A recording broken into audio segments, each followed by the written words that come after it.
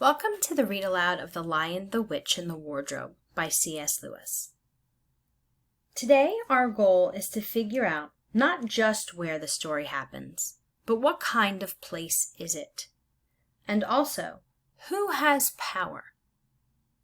The name of the character, what kind of power, and how do they use it? So let's get started.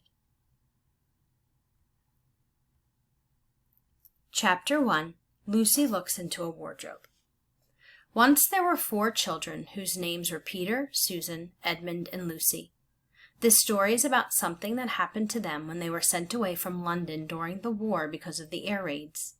They were sent to the house of an old professor who lived in the heart of the country, 10 miles from the nearest railway station and 2 miles from the nearest post office. He had no wife, and he lived in a very large house with a housekeeper called Mrs. McGreedy, and 3 servants. Their names were Ivy, Margaret, and Betty, but they do not come into the story much. He himself was a very old man with shaggy white hair, which grew over most of his face as well as on his head, and they liked him almost at once. But on the first evening when he came out to meet them at the front door, he was so odd-looking that Lucy, who was the youngest, was a little afraid of him, and Edmund, who was the next youngest, wanted to laugh and had to keep on pretending he was blowing his nose to hide it. As soon as they had said good-night to the professor and gone upstairs on the first night, the boys came into the girls' room and they all talked it over. "We've fallen on our feet, and no mistake," said Peter. "This is going to be perfectly splendid. That old chap will let us do anything we like."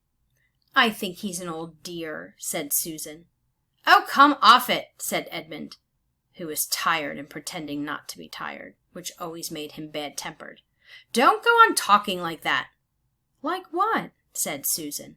"And anyway, it's time you were in bed." "Trying to talk like mother," said Edmund. "And who are you to say when I'm going to bed? Go to bed yourself." "Hadn't we all better go to bed?" said Lucy. "There's sure to be a row if we're heard talking here." "No, there won't," said Peter. "I tell you this is the sort of house where no one's going to mind what we do. Anyway, they won't hear us. It's about 10 minutes' walk from here down to that dining room, and any amount of stairs and passages in between." "What's that noise?" said Lucy suddenly.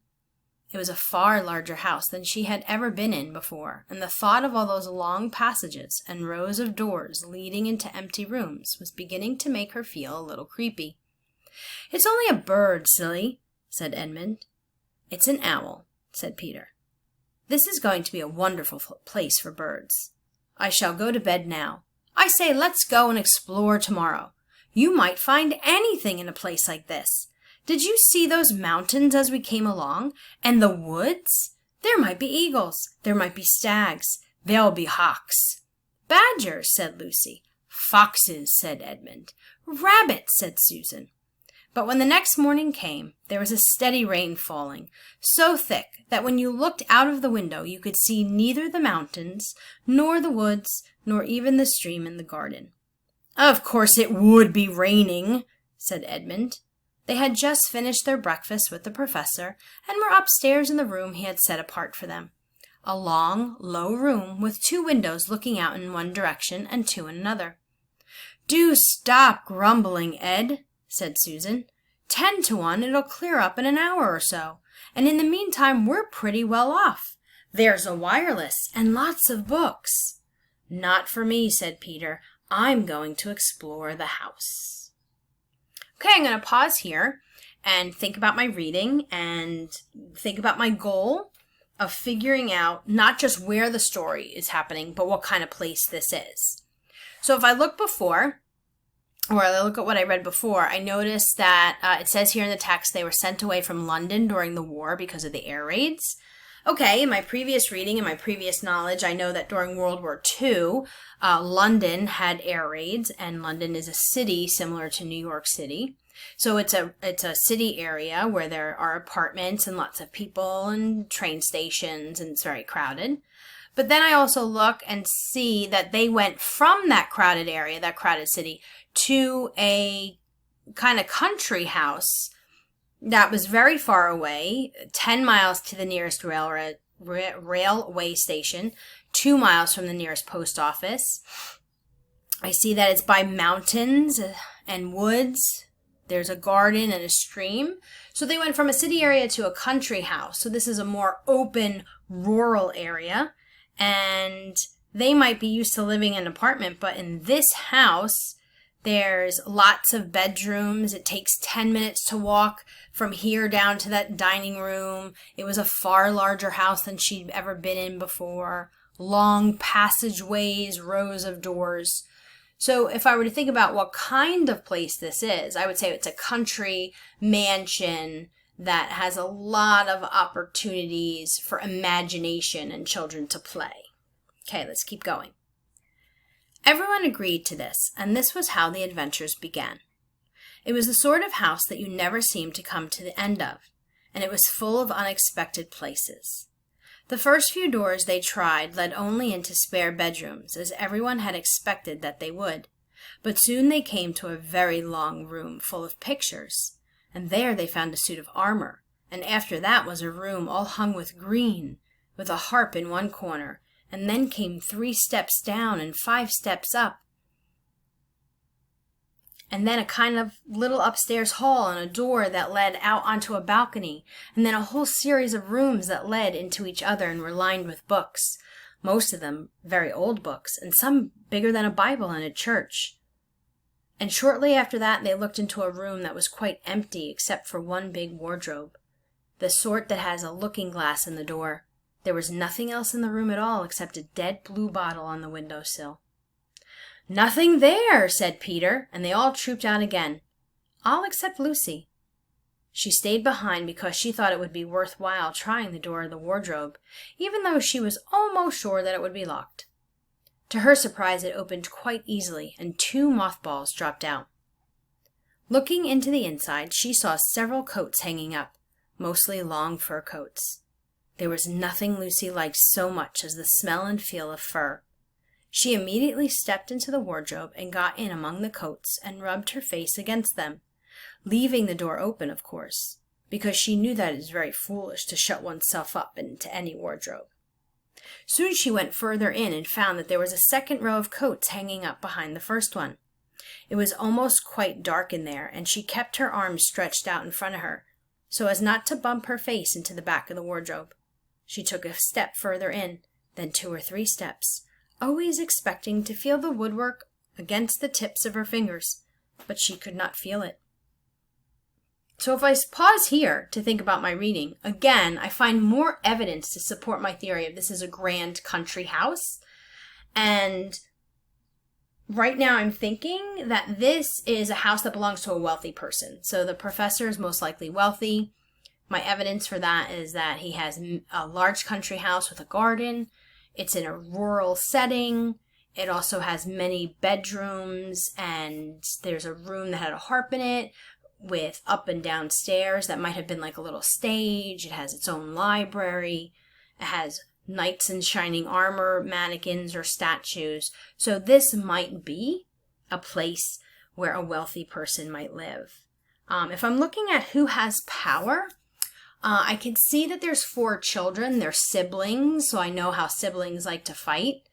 It looks like Peter might be the oldest because he was telling people what they were going to do. Susan might be the oldest because she was telling them when they should go to bed. The author has told me that Lucy and Edmund are the younger ones. So if I look at who has the power in that sibling relationship, I would definitely say Peter and Susan because they're the older ones. And I know that older siblings like to say that they're in charge of others. Okay, let's move on. This must be a simply enormous wardrobe, thought Lucy, going still further in and pushing the soft folds of the coats aside to make room for her. Then she noticed that there was something crunching under her feet. I wonder, is that more mothballs? She thought, stooping down to feel it with her hand. But instead of feeling the hard, smooth wood of the floor of the wardrobe, she felt something soft and powdery and extremely cold. This is very queer, she said, and went on a step or 2 further. Next moment, she found that she was rubbing against her face and hands were no longer soft fur, but something hard and rough and even prickly. "Why, it is just like branches of trees!" exclaimed Lucy. And then she saw that there was a light ahead of her, not a few inches away where the back of the wardrobe ought to have been, but a long way off. Something cold and soft was falling on her. A moment later she found that she was standing in the middle of a wood at night time, with snow under her feet and snowflakes falling through the air. Lucy felt a little frightened, but she felt very inquisitive and excited as well. She looked back over her shoulder, and there, between the dark tree trunks, she could still see the open doorway of the wardrobe, and even catch a glimpse of the empty room from which she had been sent out. She had, of course, left the door open, for she knew that it was very silly to shut oneself into a wardrobe. It seemed to be still daylight there. "I could always go back if anything goes wrong," thought Lucy. She began to walk forward, crunch, crunch over the snow, and through the wood toward the other light. In about 10 minutes she reached it and found it was a lamp-post. As she stood looking at it, wondering why there was a lamp-post in the middle of a wood and wondering what to do next, she heard a pitter-patter of feet coming toward her. And soon after that a very strange person stepped out from among the trees into the light of the lamp-post. Okay, so we see here the setting starting to change. So we were in London, in a city, then we went to a country house in the country. Now we are even in a different time period because it was daylight at the country house. Now it's nighttime. She's in a wooded area like woods. She's no longer in the house. So she passed from the wardrobe into this woods area that is cold. It has prickly branches and trees. If I look at the illustration, they look like evergreen trees or Christmas trees, which would explain the prickliness. We see snow on the ground, and we see that it's cold. He was only a little taller than Lucy herself, and he carried over his head an umbrella, white with snow. From the waist upwards, he was like a man, but his legs were shaped like a goat's. The hair on them was glossy black, and instead of feet, he had goat's hooves.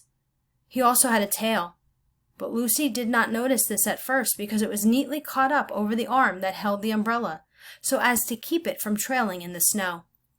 He had a red woolen muffler round his neck, and his skin was rather reddish, too. He had a strange but pleasant little face, with a short pointed beard and curly hair, and out of the hair there stuck 2 horns, one on each side of his forehead. One of his hands, as I have said, held the umbrella, and the other arm he carried several brown paper parcels. What with the parcels and the snow, it looked just as if he had been doing his Christmas shopping. He was a fawn, and when he saw Lucy he gave such a start of surprise that he dropped all his parcels. "Goodness gracious me!" exclaimed the fawn. So we continue to see evidence that she's in a different place. And from what now I've read about the fawn actually being half man and then half goat, he had the face of a man, but then he had feet like a goat, he had a tail. I'm also noticing that her setting has entirely changed. So she's gone from an ordinary setting, London, country home, rural area, through a wardrobe into an entirely imaginary world or a made-up world with creatures who are somewhat human and somewhat animal-like. So I'm going to now look at, did I see any other evidence of anybody else having power? Not really. I still see it's Peter and Susan holding the power over the 2 younger siblings, which is a natural relationship. We see that in families. So I'm going to go and mark this down in my digital notebook.